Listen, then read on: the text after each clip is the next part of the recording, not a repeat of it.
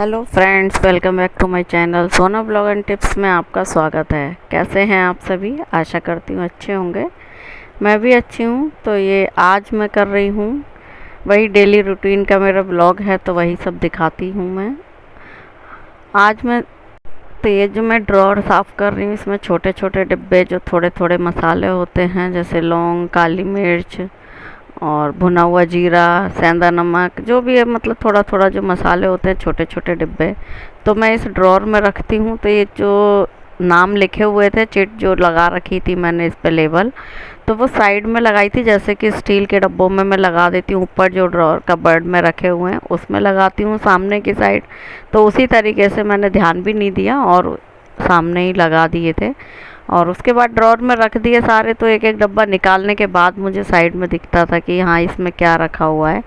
तो इस वजह से आज सफाई भी हो रही है और मैंने सभी डब्बों को बाहर निकाला है। दोबारा से लेबल लगाऊंगी मैं इसमें। तो ये लेबल मार्केट में मिल जाते हैं बुक सेलर्स के यहाँ पर। तो मैं लेबल लेके आई थी ढूंढ के, कहीं से किसी बुक सेलर पे मुझे मिले और मैं लेकर आई हूँ।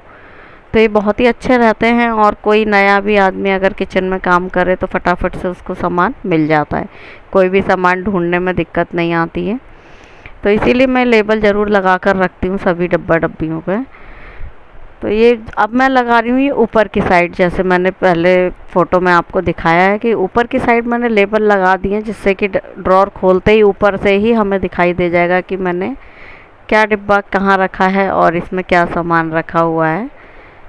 तो वो बहुत आसानी हो गई है अब मेरे को। तो इसीलिए मैंने आज ड्रॉर की सफाई करके और ये सब लेबल वगैरह चेंज कर दिए हैं। और कुछ ऐसे भी डब्बे हैं, आप देख रहे होंगे कि लिखा ही नहीं हो किसी पर।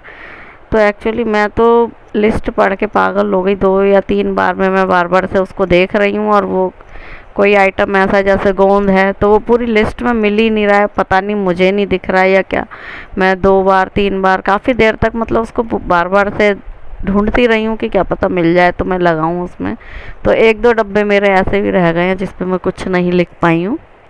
वैसे तो ज़्यादातर सभी आइटम्स लिखे हुए हैं, इसमें बहुत छोटी से छोटी चीज़ भी लिखी हुई है। पता नहीं मेरे को 1-2 चीज़ें नहीं मिली हैं, तो वो डब्बे मैंने रहने दिए हैं, लेकिन बाकी सभी पर मेंशन है कि कहाँ किस डब्बे में क्या चीज़ रखी हुई है।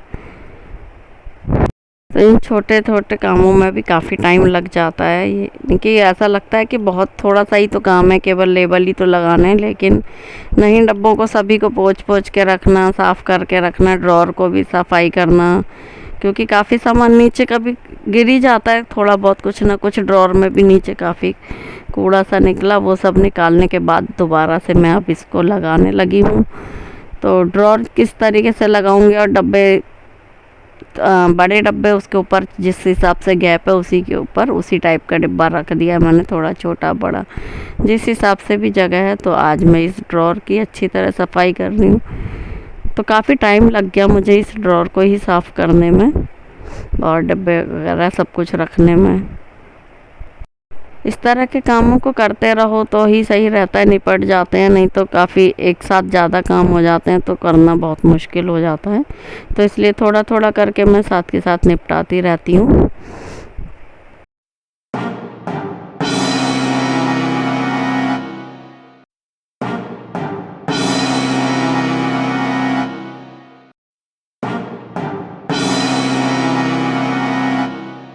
प्लास्टिक के डिब्बे होते हैं, कुछ तो ख़राब हो जाते हैं, ज़्यादा दिन हो जाते हैं तो इनके कलर भी ख़राब ही हो जाते हैं। तो कुछ तो मैंने फेंक दिए हैं और कुछ मुझे काम के लगे या अच्छे डब्बे थे, दिखने में भी सुंदर थे। तो ये देखिए मटके वाला था, ये क्रीम का डिब्बा था ऑरिफ्लेम का, तो बहुत सुंदर डब्बा लगता है। तो ये मैं इसमें पीताम्बरी पलट के रख रही हूँ। कुछ डब्बे मैंने काम वाले रख लिए हैं, कुछ फेंक दिए हैं, तो छांट दिए हैं। अब अपना कबाड़ा वगैरह जो भी है, जो काम का था वो रख लिया, जो नहीं था वो फेंक दिया।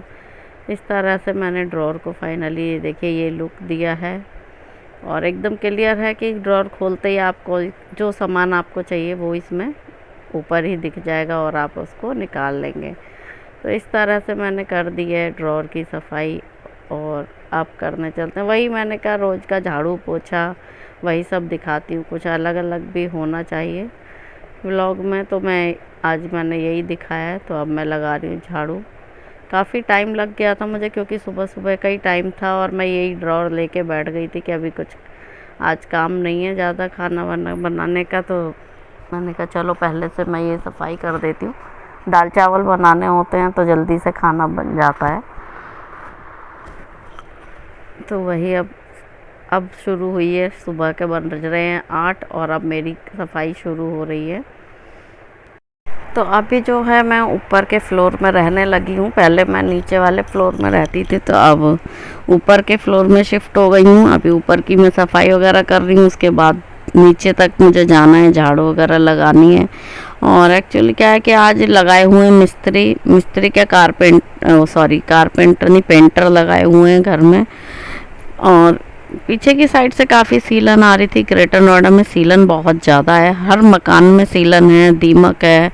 तो सीलन रहती है तो कीड़े तो पैदा होते ही हैं, तो दीमक भी इतनी जल्दी पनप जाती है और सभी लकड़ी की चौखटों को ख़राब कर देती है।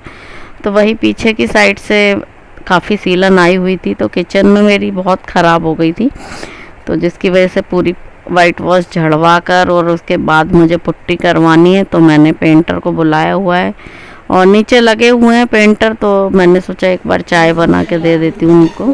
तो पहले मैं आपको ये दिखा देती हूँ कि किस तरीके से हो रहा है ख़राब। पूरा वाइट वॉश उतरने लग गया है, झड़ने लग जाता है सीलन से, आप लोग तो जानते ही हैं। तो अब ये इनको मैंने बुलाया है मिस्त्रियों को।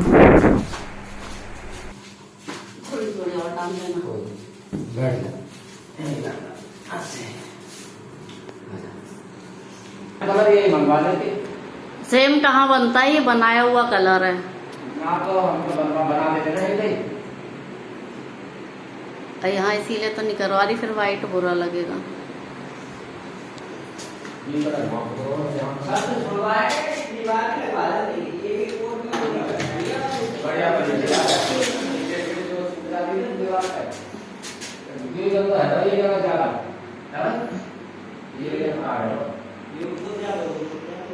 ये जो स्लैब का ये टूट रहा है ना, इसको भी थोड़ा सा वो कर देना, इसमें पट्टी।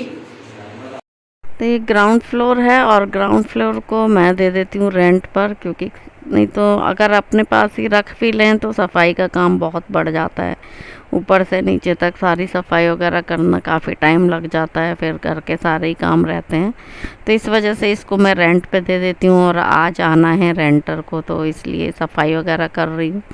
तो पूरी कबर्ड में से झाड़ पोंछ करनी है, सफाई वगैरह झाड़ू वगैरह लगा देती हूँ।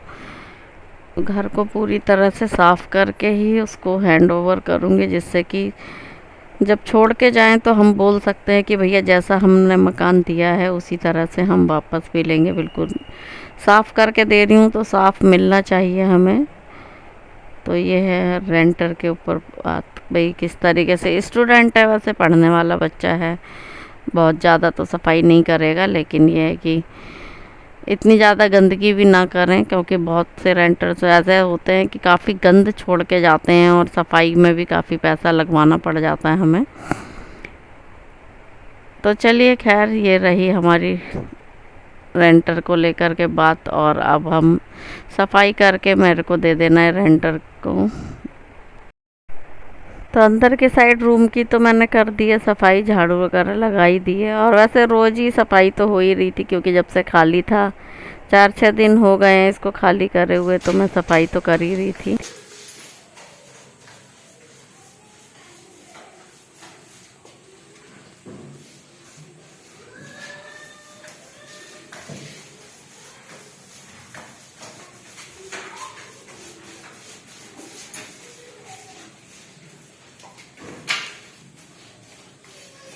हरे के ऊपर सफेद से आएगा नहीं, मुझे लग रहा है एक को ना आ जाएगा। लग तो गया है एक को।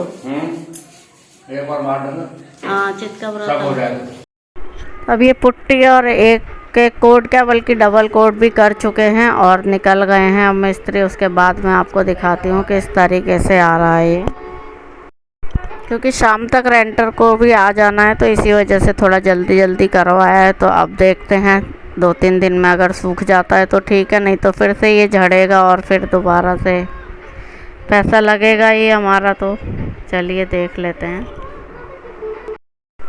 तो चलिए वीडियो को यहीं पर करती हूँ ख़त्म। और आई होप कि आपको ब्लॉग पसंद आया होगा। पसंद आया हो तो लाइक करें, शेयर करें, और हाँ मेरे चैनल पर नए हैं तो सब्सक्राइब ज़रूर करें। मिलेंगे नई वीडियो के साथ, तब तक के लिए बाय बाय, टेक केयर।